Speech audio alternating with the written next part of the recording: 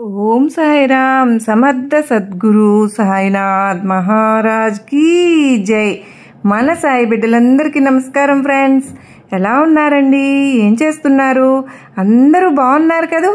మన సాయినాథుని దయ వలన అందరూ బాగున్నారని, బాగుండాలని మనస్ఫూర్తిగా బాబావారిని కోరుకుంటూ ఆ సాయినాథుని కృపా కరుణ కటాక్షములు మనందరిపైన నిండుగా మెండుగా ఉండాలి అని మనస్ఫూర్తిగా బాబావారిని వేడుకుంటూ అందరికీ కూడా గురువారం శుభాకాంక్షలు.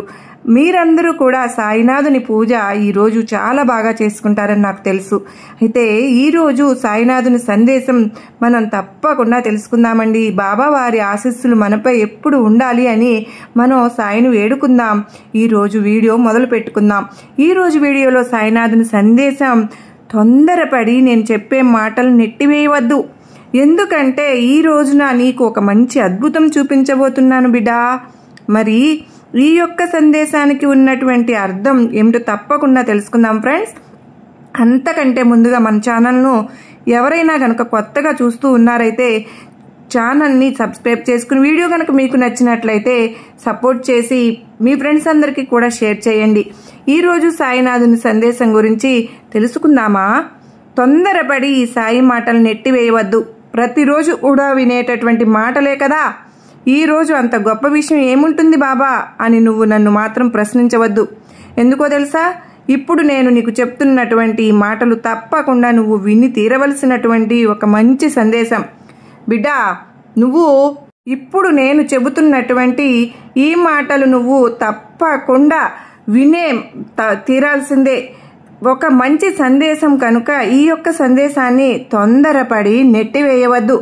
ఇవాల్టి రోజున నీకు దక్కబోతున్నటువంటి అద్భుతాన్ని నువ్వు ఏ మాత్రము కూడా కాలదనుకోవద్దు. ఎందుకు అంటే గనుక ఇవన్నీ కూడా నీ మంచి కోరి నేను చెబుతున్నటువంటి మంచి మాటలు కావచ్చు, లేదా నీ జీవితానికి సంబంధించినటువంటి ఒక ముఖ్యమైనటువంటి సందేశం కావచ్చు. కనుక ఏది ఏమైనప్పటికీ కూడా నేను చెప్పే మాటలు మాత్రం జాగ్రత్తగా విని నీ జీవితంలో జరిగేటటువంటి ప్రతి అంశాన్ని కూడా దృష్టిలో ఉంచుకుని నిజమా కాదా అనేది ఒక్కసారి నీకు నువ్వే పరిశీలించుకో. నీ కోసం నేను ఇవ్వబోతున్నటువంటి ఈ జీవితాన్ని మరెవ్వరూ కూడా మార్చలేరు. ఎందుకంటే ఒక మంచి అద్భుతాన్ని నేను నీకు చూపించబోతున్నాను. సంతోషంగా నీ జీవితాన్ని గడిపేందుకు ఒక మంచి మార్గనిర్దేశాన్ని చేయబోతున్నాను. బాబా, దేని గురించి నువ్వు చెప్పాలనుకుంటున్నావు అని నన్ను నువ్వు అడగవచ్చు. నీకు జరిగే మంచి చెడులన్నీ కూడా ఇంతకు ముందు నిర్ణయించబడే ఉన్నాయి. దాన్ని బట్టే నీ జీవితం ఇప్పటి వరకు కూడా కొనసాగుతూనే వచ్చింది. అయితే ఇక నుండి మాత్రం నీ జీవితంలో అన్నీ కూడా ప్రతి ఒక్క అంశం, ప్రతి దశ నేను చెప్పే విధంగానే జరగబోతోంది. జీవితంలో జరిగే ప్రతి దానికి కూడా ఎందుకు ఎక్కువ దిగులు పడుతూ ఉన్నావు? ఎందుకు బాబా నాకే జరుగుతుంది, ఎందుకు ఇవన్నీ నాకు మాత్రమే ఇలా జరుగుతూ ఉన్నాయని ఎక్కువగా వేదన చెందుతూ ఉన్నావు? నీ ఆలోచనలు అసలు దేని వైపు నీ దృష్టి మలుగుతుందో అన్నీ చెప్తాను. అలాగే దానికి ముగింపు కూడా తీసుకొస్తాను. ప్రశాంతంగా నేను చెప్పే మాటలను నువ్వు మనసు పెట్టి విను. ఇలా జరుగుతుంది అంటే నా సమాధానం నీ పాపపుణ్యాలను బట్టే ఉంటుంది. వాటి వల్లే నువ్వు ఈ యొక్క కష్ట నష్టాలను అనుభవిస్తూ ఉన్నావు.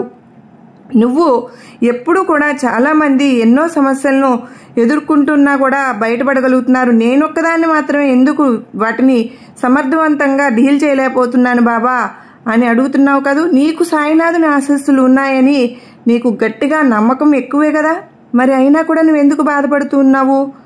దేని గురించి?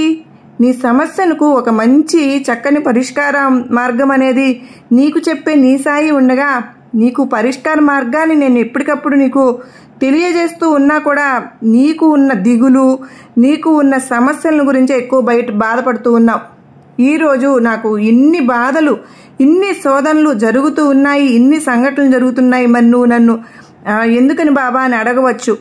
నీకు ఎవరైతే చెడు తలపెట్టాలని చూస్తూ ఉన్నారో వారి గురించి అసలు నువ్వు పూర్తిగా మర్చిపో అని ఎన్నిసార్లు చెప్పాను నీకు వారి గురించి నేను చూసుకుంటాను కదా. ఇక అదంతా కూడా నువ్వు చేసుకున్నటువంటి కర్మలుగా వారు అనుభవించాలి. అయితే ఆ పాపాన్ని కూడా వారిని అంటించుకుంటున్నారు కనుక తప్పకుండా వారికి ఏదో ఒక రోజు శిక్ష పడుతుంది. నీకు వారు చేసేటటువంటి చెడుకు నువ్వు వారికి ధన్యవాదాలు చెప్పు అని చెప్తున్నానా? ఎందుకంటే నువ్వు వారికి ఎప్పుడైతే ధన్యవాదాలు చెప్తావో అప్పుడు నీ జీవితంలో వారి గురించి అసలు ఆలోచించడం కూడా ఆపేస్తావు. ఇప్పటి వరకు కష్టకాలాన్ని, చెడు రోజులను పరిచయం చేసినటువంటి ఆ భగవంతుడు ఆ కాలం తిరిగి మరలా నీకు మంచి రోజులను, అలాగే మంచి కాలాన్ని నీకు ప్రసాదించకుండా ఉంటాడా చెప్పు? నిన్ను పుట్టించినటువంటి ఆ భగవంతుడికి నీకు వచ్చినటువంటి కష్టాలను తొలగించడం పెద్ద లెక్క ఏమీ కాదు కదా. కనుక సమస్యల గురించి ఎక్కువగా ఆలోచించి బాధపడవద్దు. ఇక నీకు ఉన్నటువంటి అడ్డంకులను అన్నింటినీ కూడా తొలగించి నీ సమస్యలను కూడా మంచి పరిష్కారం పొందే విధంగా నేను నీకు అన్ని విధాలుగా అనుకూలంగా ఉంటాను. నేను చెప్పే మాట విను. ఇక నీకైతే అడ్డంకులన్నీ కూడా నీ ద్వారానే దాటిస్తారు. ఇక కలిగేటటువంటి ఆనందం అంతా కూడా ఇంత అంత అని చెప్పను. ఇది వరకు ఏం జరిగింది అనే విషయం గురించి తెలియపరిచాను కదా. ఇక నీ జీవితంలో ఏం చెప్పాలనుకుంటున్నాను అంటే గనక, నేను నీకు మంచి అవకాశాన్ని ఇవ్వబోతున్నాను. ఏదో నీకు మంచి మాటలు చెప్తున్నాను బాబా అని మాత్రం అనుకోవద్దు. నువ్వు నీకు మాత్రం మంచి జీవితమే వస్తుంది. ఎందుకో తెలుసా? నీవు మంచి మనసు కలవాడివి కనుక, అలాగే మంచి మనసు కలదానివి కనుక నీకు ఏ విధంగా అయితే దోషాలు, నువ్వు చేసుకున్నట్టు పాపుల పుణ్యాలు, వీటన్నిటిని కూడా అనుభవించి విసిగి చెందిపోయి ఉన్నావో, ఇక నుండి వచ్చేటటువంటి మంచి సంతోషాలని, ఎంతో సంతోషాలని నువ్వు అందుకోబోతున్నావు. నువ్వు ఇది తప్పకుండా తెలుసుకోవాలి. ఎందుకో తెలుసా? ఇప్పటి వరకు ఓపికగా ఎదురు చూసావు కదా, మంచి జీవితం వస్తుందా లేదా అనే సందేహంతోనే ఎదురు చూసావు. కానీ నువ్వు ఎదురు చూసినటువంటి ఆ యొక్క ఎదురు చూపులు కానీ, ఆ చూసినటువంటి ఆనందపు క్షణాలు కానీ నీ దరికి చేరబోతున్నాయి. నీ జీవితం అద్భుతంగా కొనసాగబోతోంది. నీ రాత సరిగా లేదని నువ్వు అనుకుంటే సరిపోదమ్మా.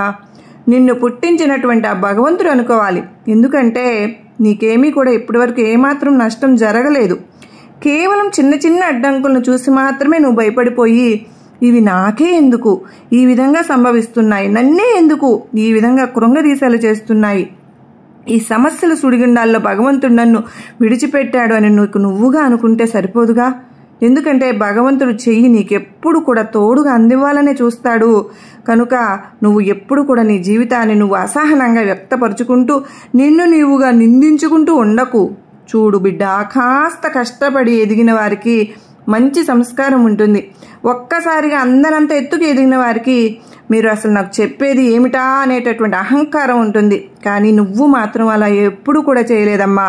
ఎందుకంటే నీ దగ్గర ఉన్నా లేకపోయినా ఎప్పుడు కూడా ఒకేలాగా, ఒకే గుణం కలిగినటువంటి మంచి మనసు కలదవాడివి నువ్వు. కాబట్టి నీకు ఇన్ని విషయాలు చెప్తున్నాను నేను. నువ్వు ఎంత కష్టపడ్డావో, ఆ కష్టంతో వచ్చినటువంటి సుఖం ఏ విధంగా ఉంటుందో నీకు నువ్వు చవి చూపిస్తానుగా. ఇంకా సిరి సంపదలు ఇప్పటి వరకు కూడా నీకు లేవని, ఇప్పటి వరకు నువ్వు ఏ ఆనందాన్ని అనుభవించలేదని బాధపడవద్దు.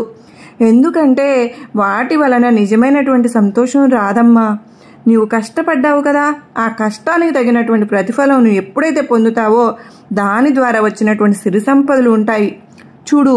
అవే నిజమైనటువంటి గొప్ప ఐశ్వర్యం కలిగినటువంటి ఆనందాన్ని ఇచ్చేటటువంటి రోజులుగా భావించి నువ్వు అప్పటి నుండి సంతోషంగా ఉండడం నేర్చుకో. ఆ కాలంగా వచ్చినటువంటి ధనం కానీ, అకాలంగా వచ్చేటటువంటి అదృష్టం కానీ ఏది కూడా మన వద్ద నిలకడగా ఉండదు బిడ్డ. మనం ఎంత కష్టమో పడ్డామో ఆ కష్టానికి యొక్క తగినటువంటి ప్రతిఫలాన్ని ఎప్పుడైతే కాస్త ఆలస్యమైనా కూడా భగవంతుడు ప్రసాదిస్తాడులే అని మనం మన మనసుకు చెప్పుకునే ఆత్మధైర్యాన్ని ఎప్పుడైతే కలిగి ఉంటామో ఆ క్షణం నుంచి మనం చాలా సంతోషంగా మనసును కూడా నిర్మలంగా ఉంచుకోగలుగుతాం. చూడు తల్లి, ఈ జన్మలో సంపాదించినటువంటి ధనం మరో జన్మలో మనకు ఏమాత్రమైనా పనికి వస్తుందా? పనికిరాదు కదా. కానీ ఈ జన్మలో చేసుకున్నటువంటి పుణ్యం మాత్రం జన్మలకు కూడా మనకు తప్పకుండా పనికి వస్తుంది. కనుక అన్నిటికీ కూడా ధనమే సమాధానం, అన్నిటికీ కూడా ధనం ఉంటే చాలు అని మాత్రం ఎప్పుడు అపోహపడవద్దు. నీ జీవితంలో నీకు ఏది ముఖ్యమో, ఏది ముఖ్యం కాదో ఈ సాయికి తెలిసినంతగా మరెవరికి కూడా తెలియదుగా. ఏ క్షణంలో నీకు ఏ అవసరం వస్తుందో, ఏ అవసరానికి తగిన విధంగా నేను నీకు అప్పటి వరకు అన్ని విధాలుగా ఎన్నో సహాయాలను అందించాను. నిజమా కాదా? ఇక మాత్రం కూడా నీకు ఏదైనా కానీ సహాయం కావాలి అని అనుకున్నప్పుడు, నువ్వు అడగకపోయినా ఆ సహాయాన్ని నువ్వు పొందాలనుకున్నప్పుడు నీ మనసులో అయినా సరే, బాబా నాకు ఇలా జరిగితే బాగుండు అని కేవలం నువ్వు అలా ఊహించుకుంటే చాలు, నీ ముందు తప్పకుండా అలా ప్రత్యక్షమయ్యేలా నేను చేస్తాను. కనుక ఇక నుండి నువ్వు ఏ మాత్రం సంకోచించకుండా సంతోషంగా మనసును నిర్మలంగా ఉంచుకో. నీకు దక్కవలసినటువంటిది, నీకు దక్కవలసినటువంటి ధనం కొని, లేదంటే ఏ మంచి జీవితం కానీ అతి తొందరలోనే నీ జీవితంలో రాబోయేటటువంటి అత్యద్భుతాన్ని, అదృష్టాన్ని, మంచి అవకాశాన్ని నువ్వైతే పొందుతావని మాటిచ్చి మరీ చెప్తున్నాను. ఇక నువ్వు ఎక్కువగా ఆలోచించకుండా, లేనిపోని అపోహలకు గురి కాకుండా, నీ మంచి మనసును పాడు చేసుకోకుండా సంతోషంగా ఉండు. సరేనా? ఈ సృష్టిలో ఉన్నటువంటి ప్రతి జీవికి కూడా నేను ధైర్యాన్ని, అలాగే వారికి ఏదో ఒక విధంగా అయినటువంటి సహాయాన్ని అందిస్తూనే ఉండాలి కదా. కేవలం నిన్ను మాత్రమే కనిపెట్టుకుని ఉండాలంటే కష్టమైపోతుంది బిడ్డా. కనుక మంచి మాటలను, అలాగే విలువైనటువంటి సమాచారాన్ని అందించినప్పుడు కాస్త ఆలోచించి జాగ్రత్తగా నిర్ణయాలను తీసుకుంటూ ఉండు. ఎందుకు అని అంటే గనక నీకు మంచి జ్ఞానాన్ని ప్రసాదించాను కదా. ఆ తెలివితేటలతో జీవితంలో ముందుకు వెళ్తూ ఉండు. పగలు రాత్రి నా బిడ్డలను నేను జాగ్రత్తగా చూసుకోవాలి. ప్రతి ఒక్కరూ కూడా నాపై మోపినటువంటి భారాన్ని నేను జాగ్రత్తగా మోయాలి. నీకు నా ఆశీర్వాదములు ఇస్తున్నాను బిడ్డా అని సాయినాథుడు అత్యద్భుతమైన సందేశాన్ని ఇచ్చారు కదా ఫ్రెండ్స్. మరి ఈ సందేశం మీకు నమ్మకాన్ని, ధైర్యాన్ని కలిగించింది కదూ, నచ్చింది కదూ. మరి నచ్చినట్లయితే మరికొంతమందికి షేర్ చేయండి. అలాగే మరో చక్కని సాయినాథుని సందేశంతో కలుసుకుందాం. అంతవరకు నమస్కారం అండి. ఓం సాయిరామ్. సర్వే జనా సుఖినో భవంతు.